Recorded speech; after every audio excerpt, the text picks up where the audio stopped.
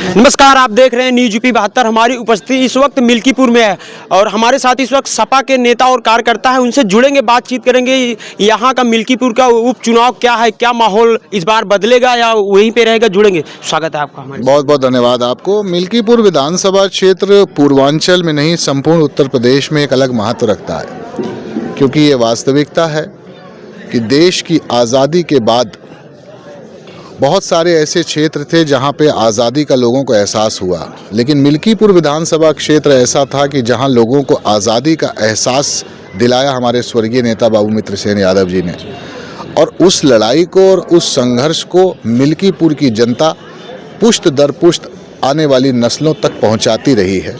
तो यहाँ के महत्व को, इस धरती के महत्व को, यहाँ की क्रांति को इस क्षेत्र की जनता, इस क्षेत्र के नौजवान अपने बुजुर्गों से सुनते आए हैं और निश्चित तौर पर वो उस क्रांति को, उस संघर्ष को याद रखते हुए 5 तारीख को इंडिया गठबंधन के प्रत्याशी आदरणीय अजीत प्रसाद जी के पक्ष में भारी बहुमत से उनको जिताने का काम करेंगे। सर, कुछ लोग कह रहे हैं कि जो अयोध्या में हारे थे उसका इस बार बदल लेंगे, इस पर आपकी क्या है? देखिए, ये बात मुझे नहीं समझ में आती कि कोई भी राजनीतिक दल ये कैसे कहता है कि वो हारा था। अयोध्या जी में आदरणीय अवधेश प्रसाद जी और आदरणीय अखिलेश यादव जी और कांग्रेस और इंडिया गठबंधन का नेतृत्व जीता था और अयोध्या जनपद के लोगों ने अपना आशीर्वाद इंडिया गठबंधन के प्रत्याशी को दिया था। तो ये हमारी जीत थी। उनकी हार, उनके एक सरकार की जो कार्यशैली रही है, ये उसकी हार थी और उनको इसको बहादुरी से इसका सामना करना चाहिए। इसको लेकर के जनपद अयोध्या जी के लोगों को जिस तरीके से सोशल मीडिया पे भारतीय जनता पार्टी के लोगों ने अपमानित करने का काम किया है, जिस तरीके से अपशब्दों का प्रयोग किया गया है इंडिया गठबंधन के प्रत्याशी के लिए, मात्र इसलिए क्योंकि वो एक गरीब किसान के परिवार से आते हैं।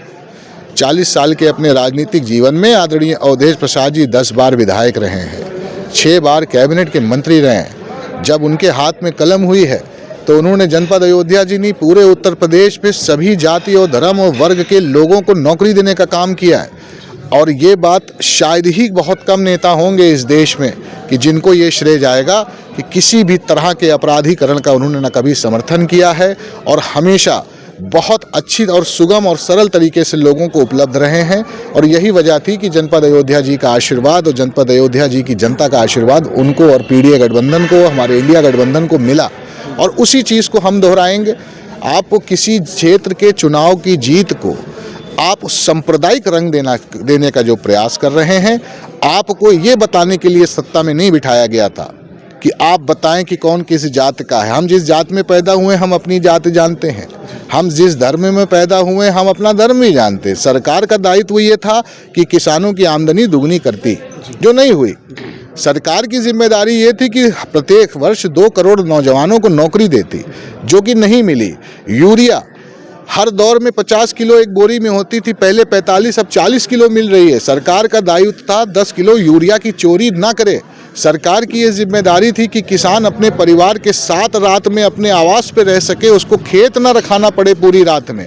सरकार की ये जिम्मेदारी थी कि महिलाओं का सम्मान होना चाहिए था। सरकार का ये दायित्व था कि इस प्रदेश में जो भी हमारे विकास के कार्य आदरणीय अखिलेश यादव जी की सरकार में शुरू थे, उनको जारी रखना था। लेकिन इन सारी चीज़ों को रख करके आप कब तक इस प्रदेश की जनता को गुमराह करते रहेंगे? कब तक आप इस प्रदेश की जनता को जाति और धर्म की लड़ाई में उलझा करके आप अपना उल्लू सीधा करेंगे? आज पूरे देश ने देखा कि सरकार के पक्ष में बैठे हुए उद्योगपति, उनकी आमदनी 20 गुना बढ़ गई और किसान अपनी मूल जो उसकी आमदनी है, उसकी मूल उपज को भी पूरी तरह से अपने घर नहीं ले पा रहा है। इस अंतर को ख़त्म किया था अयोध्या जी की जनता ने और फिर इसका इतिहास दोहराएगी, क्योंकि वो अंतर अभी समाप्त नहीं हुआ है। सरकार अभी भी उस कार्यशैली पे नहीं काम कर रही कि जिस पे जनता ने उनको इतना बड़ा बहुमत दिया था। जनता ने जिस विश्वास के साथ दिया था, सरकार उस विश्वास पे पूरा नहीं उतरी है। तो वो लड़ाई आज भी जनपद अयोध्या जी में जारी है। यहाँ लड़ाई कर्म की और सरकार की है, सरकार के कर्मों की लड़ाई है। सरकार को अपने कर्मों का भोगना पड़ेगा। सरकार ने जिस तरीके से लोगों को परेशान करने का काम किया और इस सरकार में जिस तरीके से सभी सरकारी महकमों में जिस तरह से लूट और भ्रष्टाचार है, उसको बढ़ावा देने का काम किया, जिसका सीधा असर गांव में रहने वाले गरीब की जेब पे पड़ा। इन सारी चीज़ों में कोई परिवर्तन नहीं आया है, तो जनपद अयोध्या जी के लोगों में भी कोई परिवर्तन नहीं है। उन्होंने इन्हीं मुद्दों पर आदरणीय अवधेश प्रसाद जी को और इंडिया गठबंधन के प्रत्याशी को जिताया था, और वही मुद्दे उनके सामने। और ख़ास तौर पे अब की नौजवान जान रहे हैं कि उत्तर प्रदेश का भविष्य और उनका भविष्य सिर्फ और सिर्फ आदरणीय अखिलेश यादव जी के हाथों में ही सुरक्षित है। तो यहाँ से वो बुनियाद रखना चाहते हैं कि 2027 के सरकार की बुनियाद यहाँ से रखी जाए और आदरणीय अखिलेश यादव जी पुनः मुख्यमंत्री हों। सर 2027 में जो है और नौजवानों के साथ क्या बेहतर होना? निश्चित तौर पर हम इस प्रदेश के नौजवानों को अपने नेता आदरणीय अखिलेश यादव जी के ऊपर विश्वास रखते हुए यकीन दिलाना चाहते हैं कि इस प्रदेश के नौजवान बेरोजगार नहीं रहेंगे। इस प्रदेश में रहने वाली महिलाएं, जो असहाय महिलाएं हैं, जिनका सुहाग उजड़ चुका है, जो मजबूर हैं, गांव के लोगों के ऊपर निर्भर हैं, अपने एक वक्त की रोटी के लिए भी, उन महिलाओं को पूरा का पूरा सम्मान, पेंशन और बढ़ा करके समाजवादी पेंशन उत्तर प्रदेश के 50 लाख परिवारों को दी जाएगी। और हमें गर्व है कि हमारे नेता आदरणीय अवधेश प्रसाद के कलम से ये फैसला हुआ था, और उसी को आगे बढ़ा करके प्रत्येक परिवार को सुगम राशन और तमाम सुविधाएं जो उत्तर प्रदेश की सरकार में दी जाती तो उससे भी ज़्यादा दी जाएगी। लेकिन नौजवानों को हम ये वादा करते हैं, वो किसी भी जाति या धर्म के हों, अगर आप शिक्षित हैं तो ये आपको समाजवादियों का वादा है कि 2027 से जो आपकी बेरोजगारी का ग्राफ बढ़ा है उसको ज़मीन पे ला करके आपको सभी लोगों को नौकरी देने का काम समाजवादी पार्टी के नेता आदरणीय अखिलेश यादव जी करेंगे। सर एक किसान जो है जानवरों से बहुत परेशान है, ऐसा रुझान देते हैं इंटरव्यू के दौरान, इस पे आप क्या कहेंगे? किसान सबसे ज़्यादा भारतीय जनता पार्टी की सरकार से परेशान है, उसकी सोच से परेशान है। भारतीय जनता पार्टी की सरकार जब से सत्तासीन हुई है, असल मुद्दों से अलग हट करके लोगों के दिमाग को और जहन को बांटने का प्रयास करती रही है, ताकि अपनी जेबें गर्म कर सकें, अपने मनपसंद उद्योगपतियों की आमदनी को बढ़ा सकें। गरीब इस प्रदेश में और इस देश में और भी ज़्यादा गरीब हो गया और अमीर और भी ज़्यादा अमीर हो गया। इस चीज़ को छुपाने के लिए मैं आग्रह और अनुरोध करूँगा मिल्कीपुर की तमाम महान जनता से, यहाँ के सभी बुजुर्गों से, सभी नौजवानों और अपनी माँ और बहनों से, कि सरकार की इस सोच को आप समझें। आपके इतिहास ने हम सब के क्षेत्रों का हाल अच्छा किया है, हमको लड़ना सिखाया है। ये आपकी धरती है मिल्कीपुर वालों, कि जिन्होंने हम लोगों को लड़ने का तरीका सिखाया है।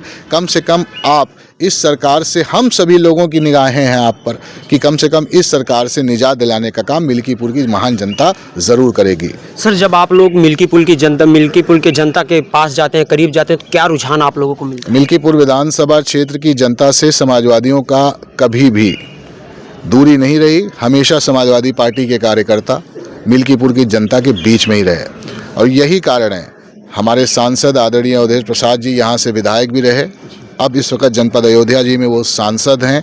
यही कारण है कि उनको कुछ राहत है, वरना इस सरकार की तरफ से, इस सरकार के ख़जाने से उन तक तो कुछ नहीं पहुँच रहा, और जो पहुँच रहा है वो नाम मात्र सिर्फ दिखावा और छलावा है।